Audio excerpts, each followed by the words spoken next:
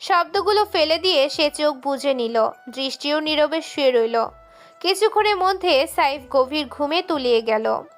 এমন শান্ত, এমন ভারী যে মনে হচ্ছিল বহু বছরের ক্লান্তি আজ এসে আশ্রয় পেয়েছে। তবে দৃষ্টির চোখে ঘুম নেই। হাতের ছোঁয়ায় সাইফের চুলে মৃদু বুলিয়ে যাচ্ছে, অন্য হাত ধীর ছন্দে বুলিয়ে দিচ্ছে তার পিঠে। অজান্তেই কোনো লুকানো মায়া ঢেলে দিচ্ছে সে। বহুদিন পর বুকের ভেতর হালকা উষ্ণতার ঢেউ উঠেছে। ঠোঁটের কোণে ফুটে আছে এক গোপন হাসি। মুখের ফ্যাকাশে রং উবে গিয়ে ভোরের প্রথম আলোয় ধোয়া সতেজতা ছড়িয়ে পড়েছে। তবুও সুখের এই ভেলায় এক অদ্ভুত চিন্তা তার মাথায়। বারান্দায় দাঁড়িয়ে থাকা অবস্থায় সে দেখেছিল কেউ বাড়ির পেছন দিকে যাচ্ছে। তখন গুরুত্ব দেয়নি, কিন্তু এখন সন্দেহের কাঁটা খোঁচাচ্ছে মগজে। এত রাতের আধারে সেখানে যাবে কে, আর কেনই বা যাবে? ভোরের আবছা আলো তখনও দিগন্তে উকি দেয়নি। দৃষ্টির ঘুম ভেঙে গেল অনির্দিষ্ট এক টানে। চারপাশে আধো অন্ধকার, তবু দূরের কোনো মসজিদের মিনার থেকে ছড়িয়ে পড়ছে আজানের মর্মভেদী ধ্বনি। সেই সুর কর্ণ ছুতেই তার পাপড়ি আলগোছে খুলে গেল। রাতে কখন ঘুম এসেছে মনে নেই, আর তবে চোখের কণিকায় জমে থাকা লবণাক্ত জ্বালা প্রমাণ দিচ্ছে বেশিক্ষণ ঘুম হয়নি। ধীরে ধীরে শরীর নাড়াতেই টের পেল কারো ধীর বাহু তাকে শিকলবন্ধির মতো বেঁধে রেখেছে। অন্ধকারের আধারে স্পষ্ট মুখাবয়ব ধরা না পড়লেও ওই পরিচিত উষ্ণতার মানুষটিকে চেনার জন্য দৃষ্টির হৃদয়কে কোনো প্রমাণের প্রয়োজন নেই। আলতো আঙ্গুলে সাইফের বাঁধন আলগা করল সে। উঠে দাঁড়িয়ে শীতল মেঝেতে পায়ের স্পর্শ রেখে চলে গেল ওয়াশরুমে। ঠান্ডা পানির ধারা মুখে পড়তেই সতেজ হলো চোখের ক্লান্তি। পবিত্র অজু শেষে যায় নামাজ হাতে তুলে নিয়ে নতস্বরে বসে পড়ল প্রার্থনার আসনে। দীর্ঘ প্রহর জুড়ে শেষ করল নামাজের প্রতিটি রাকাত। মাঝের বহুদিন অবহেলা ছিল, তাই আজকে স্বাভাবিকের চেয়ে একটু বেশি সময় নিয়েছে সে। অবশেষে হাত তুলে ধরল মোনাজাতের জন্য। তার কণ্ঠে কান্নার গুঞ্জনে ভেঙে গেল সাইফের ঘুম। প্রভাতের আলো তখন জানালার ফাঁক দিয়ে কুসুমিত হয়ে ঢুকছে ঘরে। সাইফের কর্ণগহ্বরে এসে বাজল দুটি বাক্য, আল্লাহ, আপনি তাকে দুনিয়ার সমস্ত সুখ দান করুন। জীবনের অন্তিম প্রহর পর্যন্ত যেন তার ঠোঁটের হাসি অবলীন থাকে।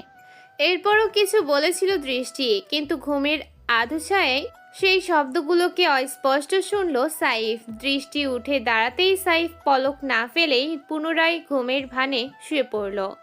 জায়নামাজ গুটিয়ে রেখে ধীর পদক্ষেপে সাইফের দিকে এগিয়ে এলো দৃষ্টি। খাটের পাশে বসতেই তার নজর আটকে গেল সাইফের মুখশ্রীতে। নিদ্রিত মানুষের এমন শান্ত অবয়ব মনে হচ্ছে অপরূপ কোনো শিল্পীর নিপুণ আঁচড়। কি অদ্ভুত নিষ্পাপ লাগছে তাকে। চোখ মুখের প্রতিটি রেখায় ছড়িয়ে আছে কোমল স্নিগ্ধতার টান, যা অনিচ্ছা সত্ত্বেও মনকে টেনে নেয়। এটা কি সবার চোখেই এমন ধরা দেয়, নাকি কেবল দৃষ্টির মনে কেবল একান্ত মায়ার মরীচিকা? চিন্তার ঢেউ থেমে গেল হঠাৎ, যখন চোখ থামলো সাইফের কপালে। স্নেহমাখা আঙ্গুলে স্পর্শ করলো ব্যান্ডেজের উপর। মৃদু কণ্ঠে ফোটালো অনুতাপ, আমি কতটা খারাপ তাই না? কিন্তু সত্যি বলছি, ইচ্ছে করে আঘাত করিনি আমি। কথা শেষ হওয়ার আগেই সাইফ হঠাৎ তার হাত আষ্টে পৃষ্ঠে ধরে ফেলল। সে হাত টেনে নিল নিজের গালের কাছে, শুয়ে পড়ল তার উষ্ণতার উপর। আধো ঘুমে আবৃত কণ্ঠে ফিসফিস করে জানালো, জানি আমি। দৃষ্টি চমকালো। লোকটা জেগে উঠল কবে? ধরা পড়া চোখের মতো অপ্রস্তুত দৃষ্টি, অস্থির চাহনি এদিক ওদিক ছুটতে লাগলো। সাইফ এবার পিট পিট করে তাকালো তার দিকে। সে চোখের চাহনি বর্ষার ফলার মতো ভেদ করলো দৃষ্টির অন্তঃস্থলে। এইভাবে নজর দেওয়ার কিছু নেই, আমি আপনারই। লুকিয়ে লুকিয়ে না দেখে সামনে বসে দেখতে পারেন। দৃষ্টি ভেতরে ভেতরে দম ফেলে উঠল। উফ, লোকটা ভীষণ নির্লজ্জ। কখন কি বলতে হয় সেটার কোনো বোধ নেই। কি তার এতটা লজ্জা না দিলেও চলতো? গলায় খুশখুশে ভঙ্গি এনে আমতা আমতা করে বলল, আমি তো আপনাকে ডাকতে এসেছি। আজান হয়েছে অনেকক্ষণ হলো, নামাজ পড়বেন না? কথা শেষ করেই নিজের হাত টেনে নিতে চেষ্টা করলো, কিন্তু সাইফের শক্ত মুঠো তাকে ছাড়ল না। ছাড়ুন। ছাড়বো না। বলে এক ঝটকা টান মেরে টেনে নিল তাকে। দৃষ্টি মুখ থুবড়ে গিয়ে পড়ল সাইফের প্রশস্ত বুকে। তার পরনে শুভ্র হিজাব এখনো খোলা হয়নি। সেই সাদা আবরণে ফ্রেমবন্দি গোলগাল মুখমণ্ডলটি আলো ছড়িয়ে উঠল সকালের প্রথম কিরণের মতো। আপনাকে আজ কিছুটা বেশি স্নিগ্ধ লাগছে শোনা বউ। মুহূর্তে রং ঢেলে দিল বাক্যটি। দৃষ্টির ফর্সা গাল রক্তিম আভায় রঙিন হয়ে উঠল। লজ্জা আচমকায় গোপন প্রাচীর ভেদ করে উকি দিল। সাইফের চোখে এই দৃশ্য নতুন, কারণ এতদিন সে পেয়েছে এক নির্লিপ্ত অনুভূতিহীন দৃষ্টি। ভ্রু খানিক কুঁচকে উঠল সাইফের। তাতে দৃষ্টির রূপ আরো দীপ্ত হলো। বিস্ময়ের স্বরে সে বলল, আহা, লজ্জা বলে আপনাকে তো অপূর্ব লাগে? জানতামই না। মনে হচ্ছে গালের দুপাশে 2টি টকটকে টমেটো রেখে দিয়েছে কেউ। দৃষ্টি সাইফের বুকে এক ধাক্কা দিয়ে উঠে বসলো। দেরি হয়ে যাচ্ছে, আগে নামাজ পড়ে নিন। বলেই পেছন ফিরে হেঁটে চলে গেল। সাইফ তার দিকে তাকিয়ে রইল, তারপর মাথা চুলকে হেসে আস্তে আস্তে উঠে দাঁড়ালো। দৃষ্টি এসে থামলো বারান্দার ধূসর প্রান্তে। সকালের নির্মল হাওয়ায় বুক ভরে টেনে নিল একগাল শ্বাস। প্রতিটি নিঃশ্বাসে স্নিগ্ধতার তরঙ্গ গলে মিশে যাচ্ছে রক্তে। এই সময়টুকু দৃষ্টির কাছে অপ্রার্থিব। মন চায় সূর্যের কাঁটা থেমে যাক এই প্রহরে। সারা দিনটা জমে থাকুক ঠিক এমন আলোর কোমলতায়। চোখ ছড়িয়ে দিল চারপাশে। বছর কয়েকের ব্যবধানে আঙিনার গাছপালারা বেড়ে উঠেছে বিশাল দেহে। নীরবে গিলে নিয়েছে পুরনো চেনা দৃশ্যগুলো। বাড়ির পেছনের ফাঁকা জায়গাটা এখন প্রগাঢ় সবুজে ঢেকে একেবারে জঙ্গলের রূপ নিয়েছে, যেখানে মানুষের পদচিহ্ন নেই বললেই চলে। অথচ একসময় এখানে ছিল প্রাণবন্ত হাসি, ছুটোছুটি জীবনের স্বতঃস্ফূর্ততা। হঠাৎ মস্তিষ্কে আঘাত করল গত রাতের স্মৃতি। এই জায়গাটির চারপাশে উঁচু বাউন্ডারি দেয়া। বাইরের কেউ ইচ্ছে করলেও ভেতরে প্রবেশ অসম্ভব। তবুও রাতের আধারে কে গিয়েছিল সেখানে? দৃষ্টি কি ভুল দেখেছে? কিন্তু সে তো চাক্ষুষ মানুষ। এত বড় ভুল হওয়া সম্ভব নয় সহজে। স্পষ্ট মনে আছে কাল রাতে কেউ দ্রুত যাচ্ছিল সেই দিকে। মুখে কোনো শব্দ না করে একরাশ ভাবনা নিয়ে ধীরে ধীরে গুটি গুটি পায়ে ফিরে এলো কক্ষে। সাইফ নামাজ শেষ করে উপুর হয়ে শুয়ে পড়েছে। এই মুহূর্তে তার ভীষণ ঘুম প্রয়োজন, তাই কোনো হিসেব না করেই নিজেকে সঁপে দিয়েছে খাটে। দৃষ্টি চুপচাপ এগিয়ে গিয়ে বাস্কেট টেনে দিল তার গায়ের উপর, এরপর বেরিয়ে গেল রুম থেকে। শুকনো পাতার উপর পা পড়তে মর্মর শব্দ ছড়িয়ে পড়ল চারপাশে। প্রভাতের বুক চিরে ওঠা সেই শব্দে শির দ্বারা বেয়ে ঠান্ডা স্রোত নেমে এলো। দৃষ্টি ধীর মেপে রাখা পায়ে এগোতে লাগলো বাড়ির পেছনে নির্জন প্রান্তের দিকে। বিশাল বাউন্ডারির ভেতর বন্দি এই বাড়িটা, এক বিস্তৃত মাঠের মতন, যার এই দিকটায় গাছের ছায়া আর সবুজের ঘনত্ব একটু বেশি। এখানে একসময় একটি চিলে কোঠা সহ পাকা ঘর ছিল, কিন্তু হঠাৎ এক অপ্রত্যাশিত আগুনে তা ভস্মে পরিণত হয়। সেই দিন থেকে এই দিকে মানুষের পদচারণা কমে আসে। বাড়ির অন্য দিকগুলি যত্নে পরিচ্ছন্ন হলেও এখানে তেমন কেউ আসে না। দৃষ্টি চারপাশ ঘুরে দেখতে লাগলো। উঁচু গাছের ফাঁক দিয়ে ভোরের আলো মৃদুমন্দভাবে ঢুকছে। ঠিক তখনই পায়ের কাছে চোখে পড়ল আধ খাওয়া এক সিগারেটের টুকরো। নিচ হয়ে তা কুড়িয়ে নিল হাতে। আঙ্গুলের ফাঁকে ধরে নাকের কাছে নিয়ে একবার শ্বাস নিল গভীরভাবে। তীব্র তামাকের গন্ধ এখনো জীবন্ত, মানে খুব অল্প সময় আগেই কেউ এখানে ছিল এবং এইটুকু ফেলে গেছে চিহ্ন হিসেবে। হঠাৎ পেছন থেকে আসা ডাকের ধাক্কায় থেমে গেল দৃষ্টি। ঘাড় ফেরানোর আগে আঁচলের প্রান্ত দিয়ে মুখটা ঢেকে নিল দ্রুত। তাকাতেই দেখল সামনে দাঁড়িয়ে আছে এক পরিচিত পুরুষ। বাড়ির পাহারাদার হয়তো, চেহারাই নতুনত্ব। মনে পড়ল না আগে কখনো দেখেছে। হয়তো তারা চলে যাওয়ার পরই এখানে দায়িত্বে এসেছে। দৃষ্টি ব্রু কুচকালো। চেনেন আমাকে? দৃষ্টি আর কোনো জেরা করল না। আঙ্গুলের ফাঁকে ধরা আধ খাওয়া সিগারেটের টুকরো নিপুণ ভঙ্গিতে ছুঁড়ে ফেলল এক পাশে। পাহারাদারের চোখও সেদিকে গড়িয়ে গেল। নিচ থেকেই বলে উঠল। দৃষ্টি তার দিকে একবার সরু তীক্ষ্ণ দৃষ্টিতে তাকালো, ঠান্ডা স্বরে উত্তর দিল। না, কিছু লাগবে না, এমনি দেখতে এলাম। কথা শেষ করেই সে সোজা পায়ে বাড়ির দিকে হাঁটা ধরলো। দরজার কাছে আসতেই নজরে পড়ল আরও কয়েকজন লোক, হয়তো অন্য পাহারাদার বা কাজের মানুষ। এক মুহূর্ত তাদের দিকে নজর বুলিয়ে নিয়ে ভেতরে ঢুকে গেল। শেষ বাড়ি প্রথম দেখায় চোখে লাগে তার বিস্তার, জং ধরা দোতলা স্থাপনা, যার চারপাশ ঘিরে আছে উঁচু প্রাচীরের বিশাল বেষ্টনী। সবার চোখে এটি চেয়ারম্যানের বাসভবন হলেও ভালোভাবে দেখলে জমিদারি আমলের গাম্ভীর্যই বেশি ভেসে ওঠে। দৃষ্টির দাদা এক সময় এই অঞ্চলের মাতব্বর ছিলেন। তার হাত ধরেই এই প্রাসাদোপন বাড়ির জন্ম। সেই সময়কার ইট চুনের গন্ধ, খোদাই করা দরজার কাঠ আর অনমনীয় স্থাপত্য আজও বহন করে চলেছে বংশের অহংকার। বংশানুক্রমে বাড়ির বাহ্যিক নকশা অক্ষত রাখা হলেও ভেতরের সময়ের সঙ্গে তাল মিলিয়ে ঢুকে পড়েছে আধুনিকতার নিপুণ ছোঁয়া।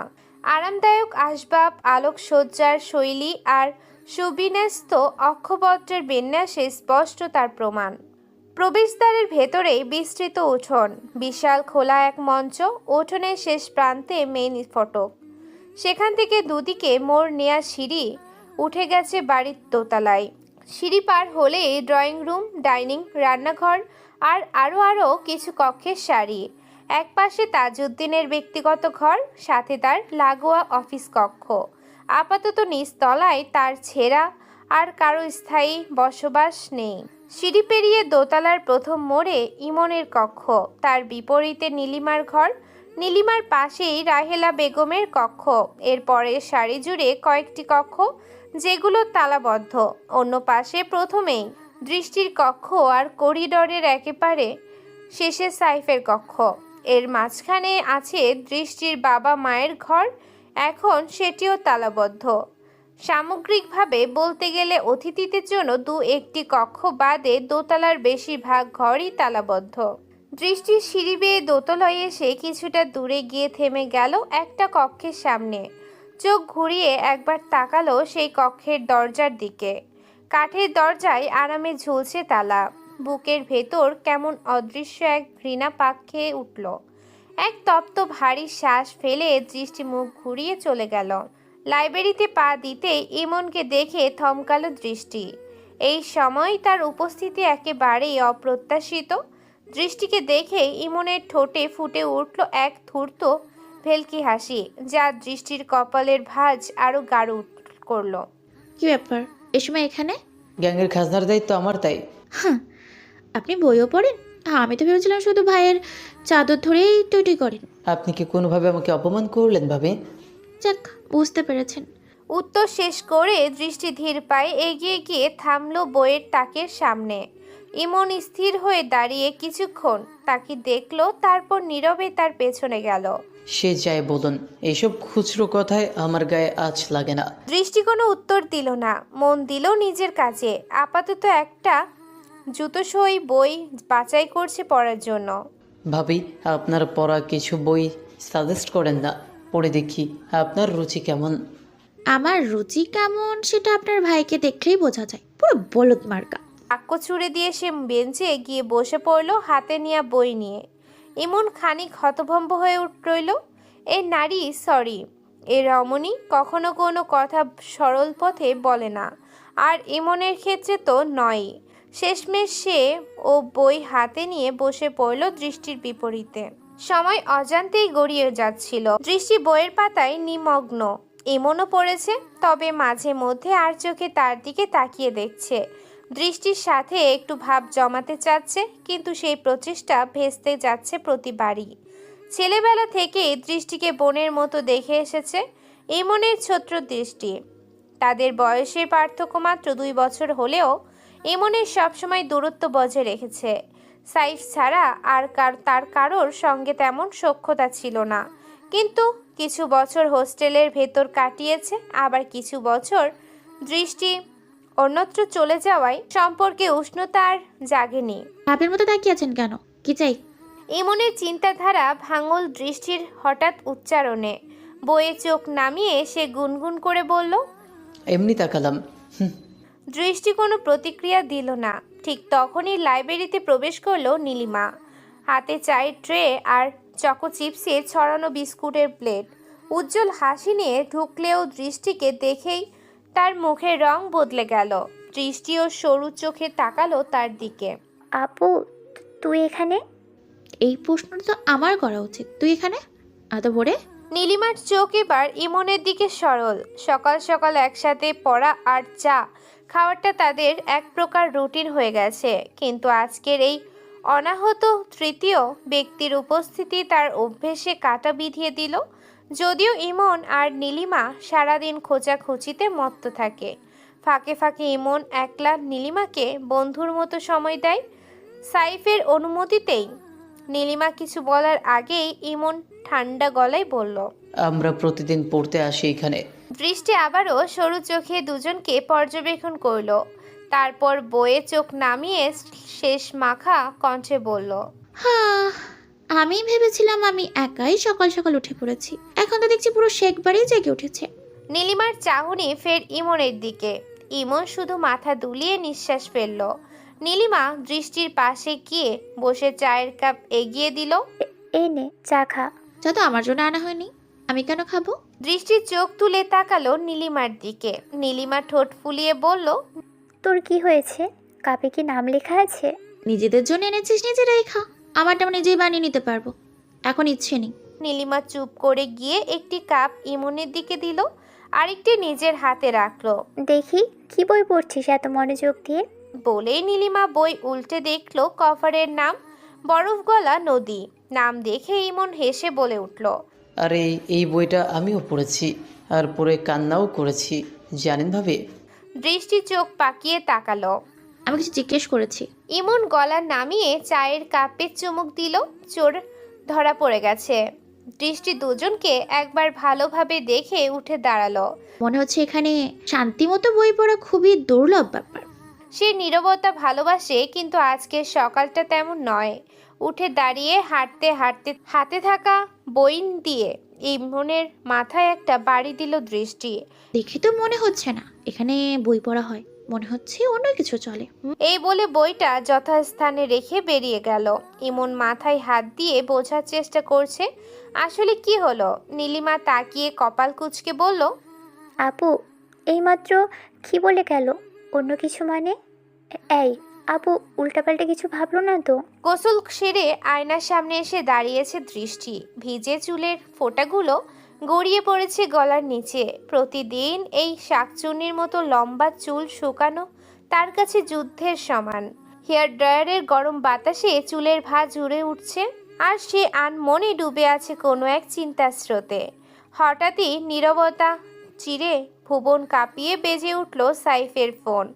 প্রথমবারে তেজ ধ্বনি উপেক্ষা করে দৃষ্টি ফিরে গেল নিজের কাজে, কিন্তু কল কেটে আবারও দ্বিতীয় দফায় গগন বিদারী আওয়াজ ছড়িয়ে পড়তেই বিরক্তি ভরে মাথা উল্টে চাইল সাইফ। অর্ধেক মনোযোগে হাত বাড়িয়ে ফোনটা কানে তুলল। অপর প্রান্তের কথা শেষ হতেই কোনো প্রতিক্রিয়া না জানিয়ে কল কেটে দিল। নিজ থেকে আর একটি শব্দ উচ্চারণ করল না।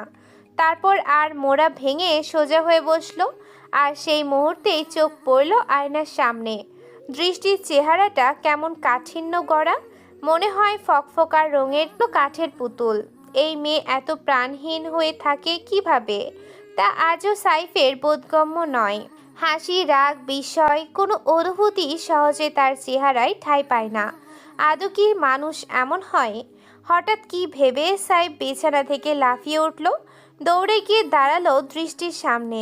এক পাশের ভেজা চুল চেপে ধরে হঠাৎ বলে উঠল, হায় হ্যালো বউ, আপনি সকাল সকাল গোসল করলেন কেন? আমরা তো রাতে কিছুই করিনি।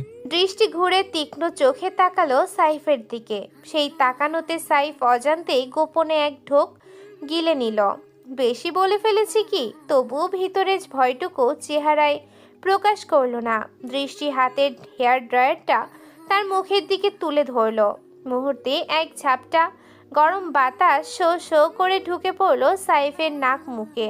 সে কাশি দিয়ে উঠল, আর দৃষ্টি ড্রায়ার সরিয়ে আবার মন দিল নিজের কাজে। আয়নায় চোখ রেখে শান্ত গলায় বলে উঠল, আপনার কি মনে হচ্ছে না আপনি একটু বেশি ঘেঁষে যাচ্ছেন। ভুলে যাবেন না, আমি কিন্তু অত ভালোর মানুষ নই। সাইফ ভেতরে ভেতরে এক আকাশ সাহস জমা করে এগিয়ে গেল।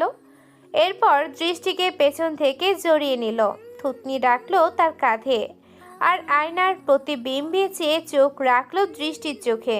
কাছে না ঘেসলে বাচ্চা হবে কিভাবে? আমার কিন্তু 2 জোড়া বেবি চাই, 1 জোড়া মেয়ে, 1 জোড়া ছেলে। তবে এখন না, আপনি আর একটু বড় হয়ে নিন। দৃষ্টি এবার গোল গাল চোখ মেলে ঘাড় কাত করে চাইল সাইফের দিকে। চাহনিটা এতটাই বিদ্ধকারী যে সাইফ হালকা ধাক্কা অনুভব করে এক কদম পিছিয়ে গেল। মুখে হাত চাপা দিয়ে ভয়ের ভান করে বলে উঠল, পুরো তেঁতুল গাছের পেতনির মতো লাগছে। আমি তো ভয় পেয়ে গেলাম। দৃষ্টি ফট করে টেবিলের ওপর থেকে চিরুনি তুলে ছুঁড়ে দিল তার দিকে। সাইফ তা এড়িয়ে গিয়ে ভুবন ভোলানো একখানা হাসি ছুঁড়ে দিল। দৃষ্টি স্থির হয়ে তাকিয়ে রইল সেই শুভ্র এক পাটি দাঁতের দীপ্তিময় হাসির দিকে। ভেতরে এক অদৃশ্য আবেশ ছড়িয়ে পড়ল, গোপনে তাকে আচ্ছন্ন করলো। হাসি দিয়েই দৃষ্টি তেড়ে আসার আগে সাইফ হঠাৎই ছুটে চলে গেল। ঠোঁটের কোণে খানিক মুচকি হেসে আবার নিজের কাজে ডুবে গেল দৃষ্টি। উজান ভাই, এই উজান ভাই, কই তুমি? গলায় অধৈর্যের ঝাঁঝ মিশিয়ে হাঁক ডাক করতে করতে হঠাৎ ফট করে উজানের ঘরে ঢুকে পড়ল ঈশিতা। দরজা ঠেলে ভেতরে এসে থমকে দাঁড়ালো মুহূর্তের জন্য। আয়নার সামনে দাঁড়িয়ে চুল ছাড়ছিল উজান। ভেজা চুল থেকে টুপটাপ পানি ঝরে পড়েছে মেঝেতে। আকস্মিক উপস্থিতিতে ঈশিতার ডাক কানে গিয়ে লাগতেই উজান চমকে উঠে ঘাড় ঘুরিয়ে তাকালো। ঘরে ঢুকে আরও এক ধাপ বিস্মিত হলো ঈশিতা। পরে মুহূর্তেই চোখ বড় বড় করে চিৎকার দিয়ে নিজের মুখ দুহাতে ঢেকে ফেলল। এসব কি করছো তুমি উজান ভাই? উজানও এক মুহূর্তের জন্য ভড়কে গেল। হঠাৎ চিৎকারের তীব্রতায় বুকের ভেতর হালকা ধাক্কা খেলো। তারপর কপাল কুঁচকে কোমরে 2 হাত রেখে গজরিয়ে উঠল। কি করলাম আমি? চিৎকার করছিস কেন? মাথা খারাপ নাকি তোর? ঈশিতা হাতের ফাঁক দিয়ে সতর্কভাবে এক চোখ বের করে উকি দিল। ভেজা চুলের ফাঁক গোলে চোখে পড়ল অর্ধনঙ্গ উজানকে। গায়ে কেবল একটা তোয়ালে জড়ানো, বুক থেকে কোমর পর্যন্ত পেশিবহুল দেহের গরম ভেজা পানিতে চকচক করছে। পানির কোনাগুলো বেয়ে গলা থেকে বুক অবধি গড়িয়ে নামছে ধীর গতিতে। অজান্তেই গলা শুকিয়ে এলো ঈশিতার। একটা শুকনো ঢোক গিলল সে। অপ্রস্তুত শরীর, কিশোর সুলভ অন্তর, হঠাৎই কোথা থেকে এক ঝাঁক অপরিচিত আবেগের ঢেউ এসে আছড়ে পড়ল তার ভেতরে। উজান এখনো ব্রু কুঁচকে তাকিয়ে আছে, চোখ ঝলসে ওঠা বিরক্তির রেখা। সমস্যা কি তোর? বলবি কিছু, না দাঁড়িয়ে দাঁড়িয়ে নাটকই চালাবি? ঈশিতা ভয়ার্ত চোখে তাকিয়ে আমতা করে বলে উঠল, শুধু একটা টাওয়েল পরে দাঁড়িয়ে আছো কেন? লজ্জা নেই তোমার? উজান একবার নিজের দিকে তাকালো। ঠোঁটের কোণে এক টুকরো তাচ্ছিলের রেখা ভেসে উঠল। এ আর এমন কি ব্যাপার? এভাবেই তো থাকে সে প্রায়। কোনো উত্তর না দিয়ে ধপাধপ করে কয়েক পা এগিয়ে এলো ঈশিতার দিকে। ঈশিতা কিছু বুঝে ওঠার আগেই উজান শক্তভাবে তাকে চেপে ধরল কাঠের আলমারির সাথে। কাঠের স্পর্শ পিঠে লাগতেই ঈশিতার বুকে ধুকপুকানি বেড়ে গেল। কি করছে উজান সে কিছুই ধরতে পারছে না। গোলগোল হয়ে স্থির হয়ে আছে উজানের মুখে। গলা শুকিয়ে কাঠ, বুকের ভেতর অজানা স্রোত বয়ে চলেছে। শুকনো ঢোক গিলতে গিয়ে জিভ দিয়ে অসহায়ভাবে ঠোঁট ভিজিয়ে নিল সে। সেই সামান্য দৃশ্যটাও এড়ালো না উজানের চোখে। মুহূর্তেই তার চাহনি থমকে গেল। চোখের গহীনে অদ্ভুত আবেশ জমাট বাঁধল। তীক্ষ্ণ চাহনি স্থির হয়ে রইল ঈশিতার চোখে। ঝুঁকে এসে মৃদু ফিসফিসে কণ্ঠে বলল, এমন ভাব ধরেছিস কেন? তোর এই চাহনিটা দেখে তো মনে হচ্ছে তুই 1900 সালের মানুষ। জীবনে এমন কিছু কোনোদিন চোখেই দেখিসনি, তাই না? ঈশিতার কান লাল হয়ে উঠল। উজানের গলার স্বর ভিন্ন রকম লাগছে তার কাছে। কণ্ঠের ভারী সুরে এক অজানা আবেশ লুকিয়ে আছে যা আগে কখনো টের পায়নি সে। পিঠ ঠেকানো আলমারিটায় 2 হাত ছড়িয়ে চোখ নিচের দিকে নামিয়ে মৃদু স্বরে বলে উঠল ঈশিতা, এটা জার্মানি না উজান ভাই, এটা বাংলাদেশ। সেখানে থাকতে থাকতে তোমার মাথা পুরো উল্টে গেছে। কথাটা শুনে উজানের ধ্যান ভেঙে ফিরে এলো বাস্তবে। তার চাহনি বদলে গেল এক নিমিষেই। দ্রুত সরে এলো ঈশিতার কাছ থেকে। বিছানার ওপরে রাখা একটি টি শার্ট তুলে নিয়ে ছটফট গায়ে জড়িয়ে ফেলল। তারপর ওয়াশরুমে ঢুকে প্যান্ট পরে বেরিয়ে এলো। ঈশিতা এখনো একই ভঙ্গিতে ঠায় দাঁড়িয়ে আছে। উজান হাতের টাওয়াল নিয়ে চুল মুছতে মুছতে একবার ঈশিতার দিকে তাকালো। গলার স্বর এবার আগের চেয়ে টান টান করে বলল। কেন এসেছিস? কোনো দরকার ছিল? নিজেকে কষ্টে সামলে নিয়ে নিশিতা স্বাভাবিক স্বরে বলার চেষ্টা করলো। আমাকে কলেজে দিয়ে এসো, একা যেতে আমার ভয় লাগছে। উজানের হাতের টাওয়াল মাঝপথে থেমে গেল। ব্রু সামান্য কুচকে তাকালো ঈশিতার দিকে, গভীর সুরে বলল। ভয় লাগবে কেন? সবসময় তো একাই যাওয়া আসা করিস, তাই না? কলেজে একটা মেয়ে মারা গেছে, এর আগেও এরকম একটা ঘটনা ঘটেছে, তাই ভয় লাগছে আমার। যদি আমিও। কথাটা থেমে গেল অর্ধেকেই। বাকিটা উচ্চারণ না করলেও উজান বুঝে ফেলল মেয়েটা মারা যাওয়ার খবর তার কানে পৌঁছেছিল। একটা রেপ কেস, এখনো ইনভেস্টিগেশন চলছে। তবু অভিজ্ঞ চোখে বোঝা যায় এই ধরনের মামলা কত দূরই বা গড়ায়। প্রথম কদিন চারপাশে গুঞ্জন, হইচই, আলোড়ন থাকে। তারপর সময়ের সাথে সব চাপা পড়ে যায়। উজান এক মুহূর্ত থেমে থেকে মৃদুস্বরে উচ্চারণ করলো। ঠিক আছে, নিয়ে যাব। রেডি হয়ে নে। মিস্টার সাহেব, লাশটা আপনাদের বিলেই কেন পাওয়া গেল? পুলিশ কর্মকর্তার কণ্ঠে কৌতূহলের সাথে তীক্ষ্ণ সন্দেহ। কথাটা শেষ হতেই সাইফ ধীরে চোখ তুলে তাকালো, স্থির স্বরে বলল। এটা একটা বিল অফিসার, এখানে লাশ ফেলা হতে পারে যে কোনো সময় যে কোনো কারো। সেটা কার বিল সেটা নিশ্চয়ই মূল প্রসঙ্গ নয়, তাই না? অফিসার ব্রুকুসকে সামনে ঝুঁকলো, কণ্ঠে এবার চাপা আগ্রাসন। আমারও একই প্রশ্ন। এত বিল থাকতে আপনাদের এখানেই কেন? এর পাশেও তো আরো অনেক বিল আছে। আপনি আসলে কি বলতে চাইছেন সেটা স্পষ্ট করে বলুন। অফিসারের ঠোঁটে অল্প হাসি, কণ্ঠে তীক্ষ্ণতা। এ খুনের সাথে আপনার কোনো কানেকশন নেই তো? পরের মুহূর্তেই সাইফ হো হো করে হেসে উঠল। অপ্রত্যাশিত হাসিতে পুরো ঘরটা থমকে গেল। আশেপাশে দাঁড়িয়ে থাকা কয়েকজন ছেলে পুলে সবার চোখ সাইফের মুখে স্থির। ইমন পাশের দেয়ালে হেলান দিয়ে গম্ভীরভাবে পর্যবেক্ষণ করছে সব। হাসি থেমে গেলে সাইফ আঙ্গুল দিয়ে গলার চাদরটা আলগা করে ঠিক করলো। তারপর শান্ত কণ্ঠে ধীরে ধীরে উচ্চারণ করলো। অফিসার, আপনি কি বোঝাতে চাইছেন? আমি মেয়েটাকে খুন করেছি, তারপর আবার আমাদের বিলে ফেলে দিয়েছে, যাতে নিশ্চিতভাবে আপনারা বুঝতে পারেন আমি খুন করেছি। আমার কপালে বুঝে এত বড় করে বরদ লেখা আছে। শেষ কথাটাই কণ্ঠের তীক্ষ্ণ বিদ্রুপে অফিসারের মুখের রং ফ্যাকাশে হয়ে গেল। বোকার মতো প্রশ্নটা করে ফেলেছে সেটা তার মুখের অভিব্যক্তিতেই স্পষ্ট। সাইফ এক মুহূর্ত থেমে মুচকি হেসে আবার বলল। যদি সত্যি মনে হয় আমার সাথে কোনো কানেকশন আছে, তাহলে ধরে নিতে পারেন কেউ আমাকে ফাঁসাতে চাইছে, আর এটা একমাত্র কানেকশন। কেউ আপনাকে কেন ফাঁসাতে চাইবে? আপনি কার সাথে কি করেছেন? মাথা সরে জবাব দিল সাইফ। আমার জানা মতে আমি কারোর সাথে কিছুই করিনি। বাকিটা খুঁজে বের করা আপনাদের কাছে। এখন আপনি যেতে পারেন। আশা করি আমার সাথে আর কোনো দরকার নেই। থাকলে জানাবেন, আমি যত সম্ভব সহযোগিতা করব। অফিসার কয়েক সেকেন্ড থেমে স্থিরভাবে সাইফকে দেখল, তারপর গম্ভীর কণ্ঠে জানিয়ে দিল। আমরা জিজ্ঞাসাবাদের জন্য আবারও আসবো। ততদিন আপনি দূরে কোথাও যাবেন না। কথাটা শেষ করে অফিসার সোজা বেরিয়ে গেল ঘর থেকে। সাইফ এবার হেলান দিল চেয়ারের পিঠে। ধীরে চোখ বন্ধ করে কিছুক্ষণ নীরব রইল। তারপর চোখ খুলে ইমনের দিকে তাকিয়ে খুব সূক্ষ্ম এক ইশারা করলো। ইমন মাথা নাড়িয়ে সায় জানালো। ঠিক আছে, আরও 11টি দীর্ঘদিন। সময় ও স্রোত কারোর জন্য থেমে থাকে না। তারা নিজের স্বকীয় ছন্দে অনবরত গাড়িতে চলে। বারান্দায় রেলিংয়ে অন্য মনস্ক ভঙ্গিতে ভর দিয়ে দাঁড়িয়ে আছে দৃষ্টি। বিকেলের রঙিন প্রলেপে ঢাকা আকাশে তুলোর মতো নরম মেঘেরা ভেসে বেড়াচ্ছে। সূর্যের তেজ আজ কিছুটা প্রিয়মান, তবুও আলোয় ভরপুর চারপাশ। মেঘেরা সোনালি কিরণকে নীরব পর্দায় ঢেকে রেখেছে, তবুও প্রকৃতি আর তার দীপ্তি লুকোতে পারেনি। দৃষ্টির মনটা তলিয়ে আছে সাইফের ভাবনায়। তাদের মধ্যকার দূরত্ব যে অদৃশ্য দেয়াল হয়ে দাঁড়িয়েছিল, এখন তা অনেকটাই ক্ষয় হয়ে গেছে। সাইফের ভালোবাসা ধীরে ধীরে তাকে স্বাভাবিক করে তুলেছে, ক্লান্ত হৃদয়ের সমস্ত দ্বিধা গলিয়ে দিচ্ছে। এখন আর সাইফের পাশে বসতে তার ভেতরে অস্বস্তি কাজ করে না, বরং লোকটাকে না দেখলে অদ্ভুত এক অস্থিরতা এসে জড়িয়ে ধরে তাকে। মনটা খচখচ করে, যেন কিছু একটা অপূর্ণ থেকে যাচ্ছে।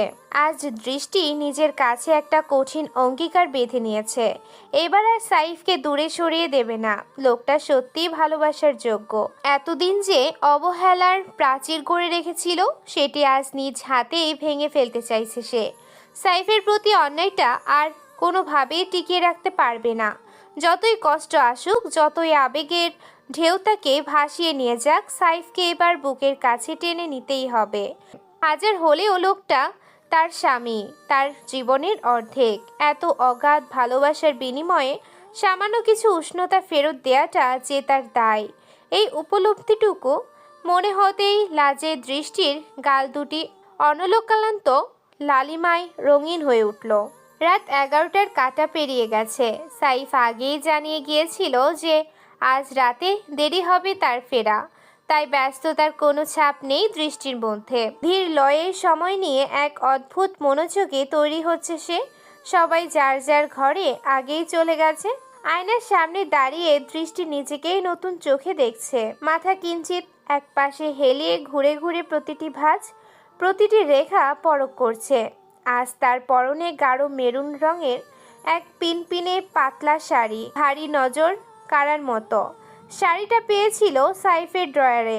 অনুমান করে নিয়েছে কোনো এক সময় হয়তো তার জন্যই কিনে রেখেছিল সাইফ, তাই আজ সাইফকে চমকে দিতে এই শাড়িটাকে বেছে নিয়েছে দৃষ্টি। আজকে রাতটাও বিশেষ, সাইফের জন্মদিন। দিন কয়েক আগে তার জিনিসপত্র গোছানোর সময় হঠাৎ চোখে পড়েছিল সাইফের আইডি কার্ড। তাতেই জেনেছিল আজ সাইফের 29তম জন্মদিন। হঠাৎই ব্রো কুচকে গুনে গুনে হিসাব কষে দেখলো সাইফ তার চেয়ে পুরো 8 বছরের বড়। এই ছোট্ট ফারাকটা মনে পড়তেই প্রথম একরাশ বিরক্তি এসে জমল তার ভেতর। ঠোঁট বাঁকিয়ে একবার ভেবে নিল তার ভাগে নাকি এমন বুড়ো স্বামী লেখা ছিল, কিন্তু মুহূর্ত পরে নিজের ভাবনায় হেসে উঠল। আয়নার প্রতিবিম্বের দিকে তাকিয়ে চোখে মুখে ধরা দিল লাজুক দীপ্তি। নিপুণ আঙ্গুলে তুলে নিল ছোট্ট কাজলের কৌটা। আয়নার সামনে ঝুঁকে দাঁড়িয়ে ডাগর চোখের ভাঁজে টেনে নিল এক নিখুঁত কালো রেখা। চকচকে চোখগুলো মুহূর্তেই জন্য অন্য এক গভীরতা পেল। এরপর তুলে নিল মেরুন রঙের লিপস্টিক। খুব হালকা মৃদু স্পর্শে ঠোঁটের ওপর ছড়িয়ে দিল তার স্নিগ্ধ আভা। সাজগোজ এতটুকুই।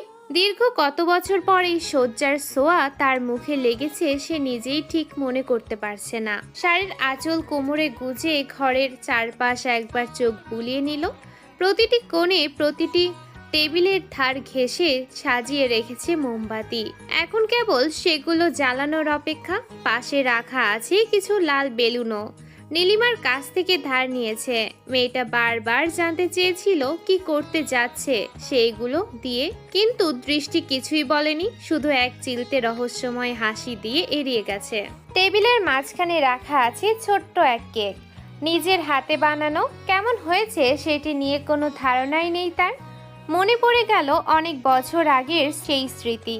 বাবার জন্মদিনে প্রথমবার কেক বানিয়েছিল সে, অথচ তাতে চিনি দিতে ভুলে লবণ ঢেলে ফেলেছিল। তারপর কারোর পক্ষে সেটি মুখে তোলা সম্ভব হয়নি। সেই তিক্ত ভুলের কথা মনে করে এবার নিজের ভেতরেই হালকা অস্বস্তি খেলে গেল। তবুও এবার কোনো ভুল হয়নি, নিশ্চিন্ত দৃষ্টি। সাইফের কেমন লাগবে এই আশঙ্কা আর প্রত্যাশার দোলাচলে বুকের ভেতর কেমন একটা কাঁপুনি জমে উঠল। দরজায় হঠাৎ খটখট শব্দ হতেই দৃষ্টি বুকের ভেতরটা ধক করে উঠল। সোজা হয়ে দাঁড়িয়ে চারপাশটা একবার ভালো করে দেখে নিল। সবকিছু ঠিকঠাক পরিকল্পনা মতোই। তার পক্ষে যতটা সম্ভব কাউকে কিছু না জানিয়ে যতটুকু নিখুঁতভাবে সাজানো যায় সেটুকুই করেছে। তবু অজানা উত্তেজনায় বুকের ভেতর কেমন অদ্ভুত টান লাগছে। আয়নার দিকে শেষবারের মতো তাকিয়ে নিল। শাড়ির পলকটা ঠিক করে চুলগুলো আলতো করে ছড়িয়ে দিল কাঁধে। গভীর নিঃশ্বাস নিয়ে পা বাড়ালো দরজার দিকে। তারপর এক টানেই হাতল ঘুরিয়ে খুলে দিল দরজা। ঝমঝমে বৃষ্টিতে ভিজে দাঁড়িয়ে আছে সাইফ। তার কাঁধ বেয়ে জল গড়িয়ে পড়েছে। চুলের ডগা থেকে টুপটাপ ফোঁটা মেঝেতে পড়েছে। ঋতুর আবহাওয়া এখন অনিশ্চিত। মুহূর্তে পরিষ্কার আকাশ, আবার হঠাৎ ঘন কালো মেঘের জটলা। এক নিমিষে বৃষ্টি নেমে আসে, আবার মিলিয়ে যায়। সাইফ ভিজে চুলের ফোঁটা ঝাড়তে ঝাড়তে চোখ তুলে তাকালো। বাড়ির অন্য পাশ থেকে বিদ্যুতের তীক্ষ্ণ আলো আসছে, অথচ তার ঘরে স্নান নরম মোমের আলোয় এক অদ্ভুত আবহ তৈরি হয়েছে। সাইফের ব্রকুচকে উঠল। ধীর পরিমিত পায়ে ভেতরে ঢুকতেই চোখ থেমে গেল বিস্ময়ে। চারপাশের দেয়ালে নাচছে মোমবাতির আলো ছায়া। পুরো ঘরটা টুইটুম্বুর আলোয় জ্বলজ্বল করছে। ঘরের মাঝখানে পাতানো ম্যাটের ওপর ছোট্ট এক টুলে রাখা মাঝারি আকারের কেক, চারপাশে ছড়িয়ে ছিটিয়ে অসংখ্য লাল বেলুন। হঠাৎই সাইফ অনুভব করলো তার একেবারে কানের পাশে উষ্ণ শ্বাসের ছোঁয়া।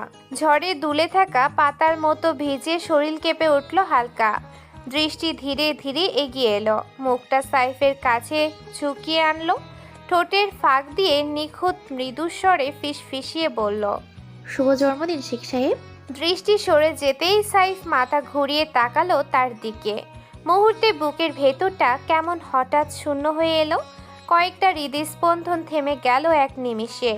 চোখের সামনে দাঁড়িয়ে আছে এক মায়াময়ী অপ্সরা, মেরুন রঙের পিনপিনে শাড়িতে মোড়ানো পরি। ঝরে পড়া মোমবাতির আলো তার গাত্রবর্ণে ছায়া আলো খেলা করছে, তাতে দৃষ্টির রূপটাকে আরো অলৌকিক করে তুলেছে। সাইফের ঠোঁট কেঁপে উঠল বিস্ময়ে। কাজল মাখা লম্বাটে চোখের গভীরতা অবক্ত ভাষায় কিছু বলছে। দৃষ্টি ড্যাব ড্যাব চোখে তাকিয়ে আছে তার দিকে। সেই চাহনির তীব্রতা সাইফের বুকের ভিতর অদ্ভুত কাঁপন তুলছে। ধীরে ধীরে সাইফ এগিয়ে গেল, পাশের টেবিল থেকে একটা মোমবাতি তুলে নিয়ে আলোটা দৃষ্টির মুখে কাছে ধরল। আরও একটু কাছে থেকে দেখতে চাইলো তার সোনা বউকে। মোমের ক্ষীণ আলোয় ফুটে উঠল দৃষ্টি, গালের লালিমা, নরম ঠোঁটের প্রান্তে জমে থাকা স্নিগ্ধ কাঁপুনি। দৃষ্টি আসতে ফিসফিস করে বলে উঠল, কি হলো, পছন্দ হয়নি আপনার? কথাগুলো কানে আসতেই সাইফের শরীরের ভেতর দিয়ে বিদ্যুতের শিরশিরে স্রোত বয়ে গেল। কি করবে বুঝে উঠতে পারছে না। ভেতরে ভেতরে নিজেকে উন্মাদ মনে হচ্ছে তার। বাইরে এখনো ঝমঝমিয়ে বৃষ্টি পড়ছে, সেই শব্দের সাথে মিশে আসে সাইফের বুকের ভেতরে তীব্র স্পন্দন। ভিজে শরীর থেকে টুপটুপ করে জল গড়িয়ে মেঝেতে জমছে, কিন্তু সাইফের মন এখন অন্য এক উন্মাদনায় তুলছে। আরও এক কদম এগিয়ে যেতেই দৃষ্টি হাত বাড়িয়ে থামিয়ে দিল তাকে। চোখে মুখে লাজুক গাম্ভীর্যের ছাপ, কণ্ঠে অদ্ভুত ধীরতা। ভেজে জামা কাপড় পাল্টে আসুন, তারপর আমরা কেক কাটবো। শব্দগুলো বলেই সাইফের হাতে থাকা মোমবাতিটা নিভিয়ে দিয়ে জোর করেই তাকে ওয়াশরুমের দিকে ঠেলে পাঠিয়ে দিল। সাইফ কোনো প্রতিবাদ করল না, শুধু দৃষ্টির চোখের সেই অদ্ভুত আলোটা বুকের গভীরে জমিয়ে রেখে ভিজে পায়ের ছাপ ফেলতে ফেলতে এগিয়ে গেল ধীরে। কিছুক্ষণ পর ফ্রেশ হয়ে ধূসর টি শার্ট আর কালো ট্রাউজার পরে বেরিয়ে এলো সাইফ। ভেজা চুলের ফোঁটাগুলো এখনো কপালে গড়িয়ে পড়ছে। দরজা ঠেলে বেরিয়ে এসে থমকে গেল। ঘরের মাঝখানে ছোট্ট টুলে রাখা কেকের সামনে বসে মোমবাতি জ্বালাচ্ছে দৃষ্টি। ক্ষুদ্র শিখার আলোতে তার মুখের অর্ধেক আলোকিত অর্ধেক গোপন। সাইফকে দেখতে পেয়ে রমণী একবার তাকিয়ে হেসে ইশারায় তাড়াতাড়ি আসতে বলল। সে ধীরে ধীরে এগিয়ে এলো। প্রতিটা পদক্ষেপে মনে হচ্ছে সে হয়তো স্বপ্নে হাঁটছে।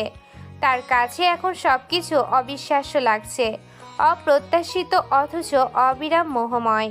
মনে হচ্ছে ঘুম ভেঙে গেলেই সব হয়তো আবার আগের মতো নিস্তরঙ্গ হয়ে যাবে। দৃষ্টি এই হঠাৎ পরিবর্তনের রহস্যটাও তার মাথায় ধরছে না। দৃষ্টি কেকের পাশ থেকে একটা ছুরি তুলে সাইফের হাতে ধরিয়ে দিল। মোমবাতির দপদপে আলোয় সাইফের চোখে প্রতিফলিত হলো। দৃষ্টি ধীরে স্বরে বলল, কেকটা কাটুন। সাইফ কোনো কথা বলল না, শুধু মাথা দুলিয়ে সম্মতি জানালো। এক নিঃশ্বাসে মোমবাতিগুলো নিভিয়ে দিল সে। তারপর সাবধানে ছুরিটা চালিয়ে কেকটা কেটে ফেলল। দৃষ্টি মৃদুস্বরে বলে উঠল, হ্যাপি বার্থডে শেখ সাহেব। শব্দগুলো বাতাসে ভেসে সাইফের বুকের ভিতর সরাসরি আঘাত করল। তার চাহনি এখনো আটকে আছে দৃষ্টির মুখে। কতটা অপলক তাকিয়ে আছে সে, কেউ না দেখলে বিশ্বাস করবে না। এক বিন্দু পলকও ফেলার শক্তি নেই যেন তার। অথচ মেয়েটার মুখে কোনো লাজুক কাপড় নেই, নেই কোনো দ্বিধা। অদ্ভুত ধীরতা খেলা করছে তার চোখে। দৃষ্টি হাত বাড়িয়ে ছোট্ট এক টুকরো কেক তুলে নিল হাতে, সাইফের দিকে বাড়িয়ে দিল তা। খেয়ে দেখুন কেমন হয়েছে। দ্বিতীয়বার বানিয়েছি। প্রথমবার তো এমন বাজে হয়েছিল কেউই খেতে পারেনি জানেন। সাইফ চোখ না সরিয়ে কেকটা মুখে তুলে নিল। স্বাদটা সে বুঝলো কিনা সেটা তার নিজেরও জানা নেই। তার সমস্ত মনোযোগ আটকে আছে কেবল তার সেনা বউয়ের গাল, চোখ, ঠোঁটের সূক্ষ্ম কাঁপনে। দৃষ্টি এবার হাঁ করে তাকিয়ে আছে তার উত্তরের অপেক্ষায়। বলুন না কেমন হয়েছে। ভালো হয়নি তাই না? সাইফের কণ্ঠস্বর এলো অত্যন্ত নিচু, প্রায় ফিসফিসের মতো। মনে হলো অমৃত খেলাম। সে কথাটুকু বলতে গিয়েও বোঝা যাচ্ছিল সাইফ পুরোপুরি হুঁশে নেই। দৃষ্টি নিজের হাতে সাইফকে খাইয়ে দেয়া কেকের বাকি টুকরোটা এবার নিজের মুখে তুলে দিল। চোখ উল্টিয়ে স্বাদটা বোঝার চেষ্টা করলো। না, খারাপ হয়নি, আবার সাইফের বলার মতো অমৃতও নয়। দৃষ্টি কেকটা সরিয়ে একপাশে রাখলো। মাঝ ঘরে বিছানো ছোট্ট ম্যাটের ওপর বসেছে তারা দুজন। চারপাশে দপধপে মোমের আলোয় ঘরটা এক অদ্ভুত উষ্ণতা ছড়িয়ে দিচ্ছে। ধোঁয়ার হালকা গন্ধ মিশে আছে মিষ্টি সুগন্ধের সাথে। সাইফ ব্রু কুঁচকে তাকিয়ে রইল কিছুক্ষণ, তারপর হঠাৎ নিচু স্বরে বলে উঠল, আপনার শরীর ঠিক আছে তো বউ? আপনি এমন করছেন কেন? এগুলো তো আপনার স্বভাবের সাথে যায় না। প্রশ্নটা শুনে দৃষ্টি মৃদু হেসে ফেলল। আজকে রাতে লজ্জা তাকে যেন ছুঁয়েই দেখছে না। নিজের ভেতর এক সিদ্ধান্ত নিয়ে বসে আছে সে। হয়তো এই প্রথমবারের মতো নিজের ভেতরের সব দ্বিধা সরিয়ে রাখতে চাচ্ছে। সাইফের দিকে আরও এক চুল এগিয়ে এলো দৃষ্টি। চোখের কোণে জমে থাকা স্নিগ্ধতা এবার এক অদ্ভুত ধীরতায় রূপ নিল। তার স্বভাবে না থাকলেও আজ ইচ্ছে করছে এই মানুষটার প্রতি নিজের অনুভূতিটুকু উজাড় করে দিতে। হয়তো কারণটা খুব সোজা, আজ সাইফের দিন, তার জীবনের একটা বিশেষ দিন। আর বিশেষ দিনে লোকটারও প্রাপ্য কিছু বিশেষ অনুভব। সাইফের গা ঘেঁষে বসলো সে। স্নিগ্ধ কণ্ঠে জিজ্ঞেস করলো, বলুন তো উপহার হিসেবে কি চাই আপনার? আপনার ভালোবাসা। সাইফের উত্তর আসলো বিন্দুমাত্র দেরি না করে। কথাটা শুনেই দৃষ্টি হালকা হাসলো। ধীর লয়ে মাথা দুলিয়ে মৃদুস্বরে বলল, তা তো দিবই। এছাড়া আর কি চাই? এই এক মুহূর্তে মোমের আলোয় তাদের দুজনের চোখের গভীরে হাজার অপ্রকাশিত অনুভূতি একসাথে খেলে গেল। ঘরের বাইরে বৃষ্টির টপটাপ শব্দ, আর ভেতরে জমাট বাঁধা এক নীরব স্রোত। কথার চেয়ে অনেক বেশি কিছুই বলে যাচ্ছিল বোধহয়। সাইফ এবার দৃষ্টিরও আরও কাছে এলো। তাদের মাঝে কেবল এক নিঃশ্বাসের ফাঁক। সাইফের ভেজা শরীর থেকে বের হওয়া কাঁচা গরম নিঃশ্বাস আছড়ে পড়ছে দৃষ্টির চোখে মুখে। ভালোবাসা দিলেই হবে, আর কিছু চাই না আপনার থেকে। নিমগ্ন স্বরে বলে উঠল সাইফ। দৃষ্টি ঠোঁটের কোণে একটুখানি রহস্যময় হাসি টেনে নিল। খুব নরম কণ্ঠে ফিসফিস করে উত্তর দিল, কিছু তো চাইতেই হবে। এবার নীরবতা ভেঙে এলো সাইফের আকুল স্বর। তাহলে একটা পুতুল চাই, ছোট্ট পুতুল, রক্তে মাংসে গড়া, ক্ষুদ্র হাত পা, গোলাপি ঠোঁট, আপনার মতে নরম ফুলকো ফুলকো গাল, ঢাকর ঢাকর চোখে সে পুতুলটা চাই আমার। দেবেন? কথাগুলো শোনার পর দৃষ্টির বুকের ভেতর ধক ধক শব্দ তীব্র হয়ে উঠল। রাজ্যের সব লজ্জা একসাথে এসে ভিড় করল তার মুখে। চোখ নামিয়ে ফেলল, গালজোড়া লালচে হয়ে উঠল। অনায়াসেই অস্থির হাতে আঁচল মুঠো করে বসে রইল। সাইফ এবার আর ধৈর্য ধরতে পারল না। দৃষ্টির কোমর জড়িয়ে নিজের আরও কাছে টেনে নিল। গলা নামিয়ে দৃষ্টির কানের পাশে গরম নিঃশ্বাস ছুঁয়ে বলল, দিবেন না? দৃষ্টি প্রথমে কেঁপে উঠল, তারপর ধীরে ধীরে চোখ তুলে তাকালো সাইফের দিকে। সাইফের চোখে যে আকুলতা তা পৃথিবীর কোনো ভাষায় মাপা যাবে না। সাইফের সেই চাওয়ায় এক আশ্চর্য মরিয়া আবেগ লুকিয়ে আছে। দৃষ্টির চোখ বেয়ে গড়িয়ে পড়ল দুফোঁটা অশ্রু। ঠোঁট কাঁপছে, বুকের ভেতর অস্থিরতা জমে আছে। কণ্ঠস্বরটা খুবই মৃদু, প্রায় ফিসফিস। শব্দটা শোনা মাত্র সাইফের মুখে এক রাজ্যের হাসি ফুটে উঠল। দুহাতে দৃষ্টির হাত শক্ত করে ধরল। তারপর বেপরোয়া পাগলামিতে তার হাতের উপর আঙ্গুলের উপর একের পর এক চুমু এঁকে যেতে লাগলো। চোখ বেয়ে নেমে এলো অশ্রুবিন্দু। এত বছরের সাধনা, এত বছরের প্রার্থনা, আজ তার পরিণতি। দৃষ্টি স্থির তাকিয়ে আছে সাইফের দিকে। সাইফও মুখ তুলে তাকালো দৃষ্টির দিকে।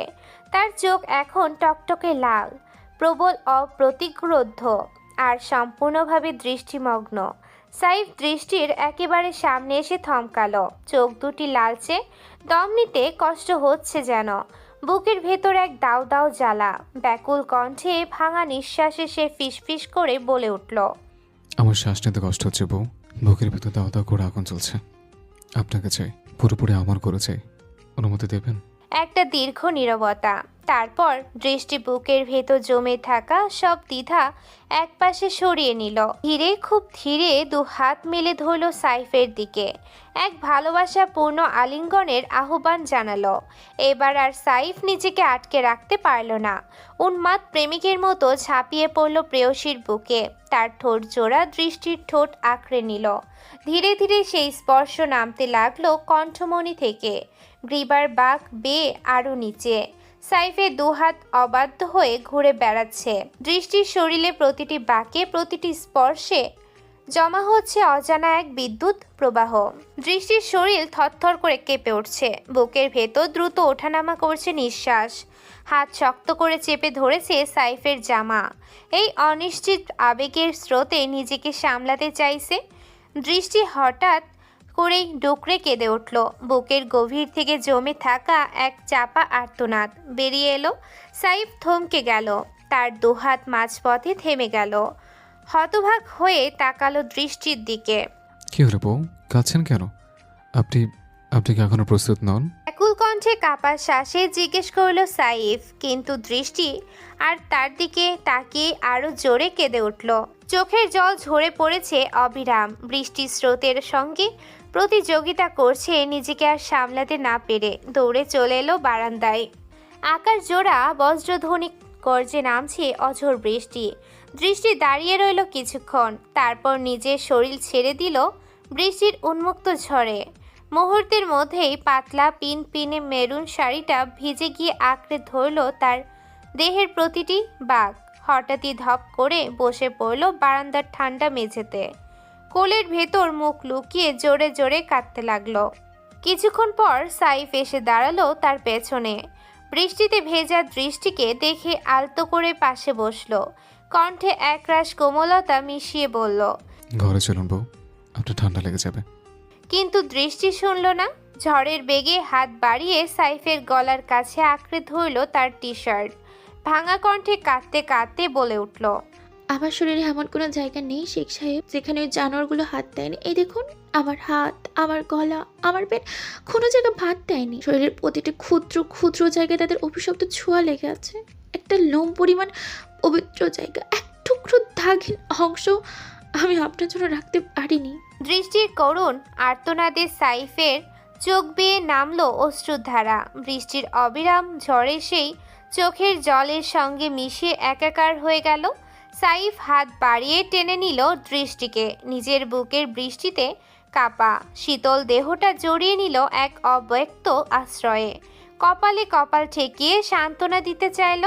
বুকের ভেতর থেকেই হাহাকার করে উঠল দৃষ্টি। আমি আমি অপবিত্র শেখ সাহেব। আপনার স্পর্শ আমার জন্য নয়।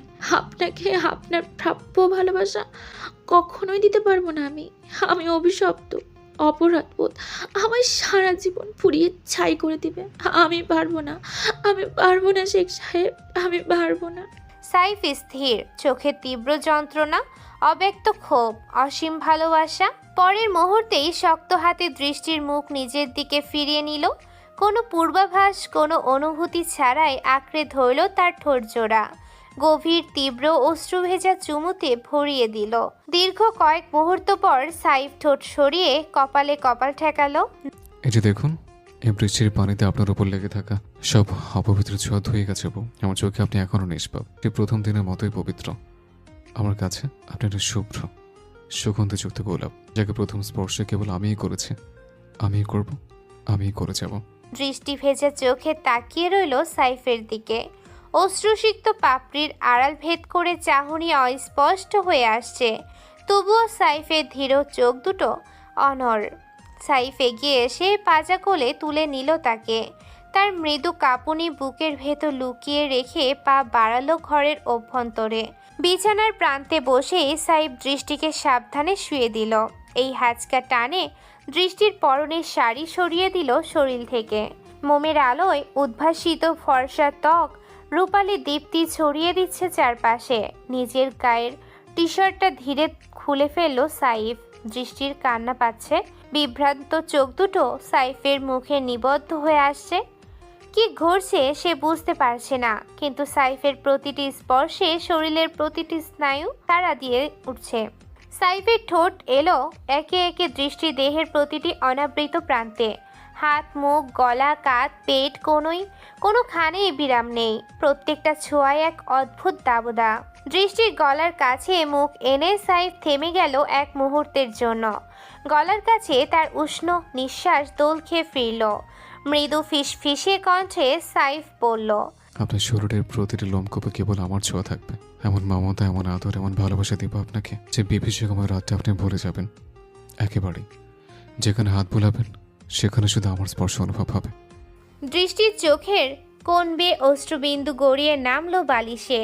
সাইফ তার সেই অশ্রু ঠোঁট দিয়ে শুষে নিল স্নিগ্ধ কোমলতায়। তারপর চোখের ভেতর চোখ রেখে ফিসফিসিয়ে উচ্চারণ করল, এই কান্না আজ থেকে কেবল সুখের হওয়া চাই।